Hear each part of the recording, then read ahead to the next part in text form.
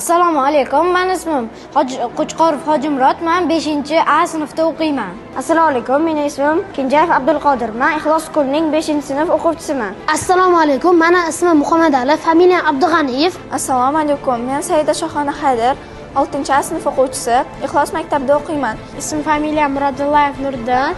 Men 4B sinf o'quvchisiman. Assalomu alaykum. Meni ismim Kamron. Men 4B sinfda o'qiyman. Meni ismim bilan familiyam Kamolova Hadicha. Men Dubaydagi VAMS musobaqasida qatnashdim va unda 2-o'rinni oldim. Yaqinda biz Dubay shahriga VAMS musobaqasiga qatnashdim va faxrli ilm bilan 1-o'rinni kiritdim. Dubayda VAMS 2025 musobaqasida 3-o'rinni qo'lga kiritdim. Meni yoshim 10da. Men Qatarga borib chempion bo'lib keldim. Men Qatar davlatida Super IQ-Land musobaqasida super chempion bo'lib keldim. Men mentalniy arifmetika bo'yicha oliy o'rinni oldim. Men Dubaydan yetib kelganimdan keyin ota-onam meni juda xursand kutib olishdi va men ham xursand bo'ldim.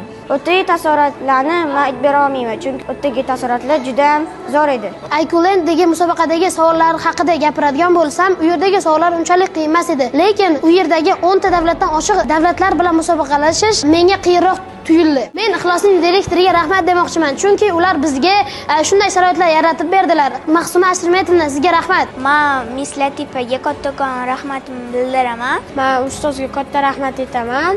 Men ularga katta rahmat aytmoqchiman. Shuning uchun men mental ustozimga rahmat deyman.